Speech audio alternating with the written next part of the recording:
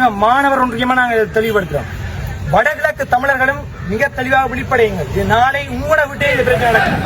அப்பைக்கு தம்பி இப்படி போராடி என்ன பிரயோசனம் பண்ணியாங்க.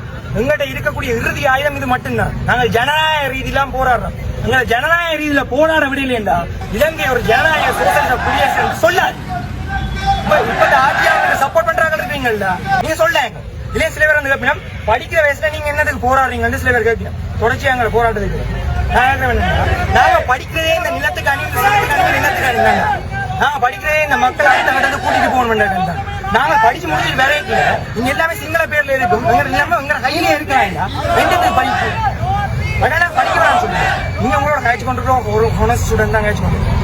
இங்க எல்லாரும் சரியான முறையில தேர்ந்தெடுக்கப்பட்டு வந்த ஆட்கள். நாங்களாக தகுதியாக தேர்ந்தெடுக்கப்பட்டு இந்த பல்கலைக்கழகத்துக்கு தேர்ந்தெடுக்கப்பட்டு வந்த ஆட்கள் தான் அவ்வளவு சரியா.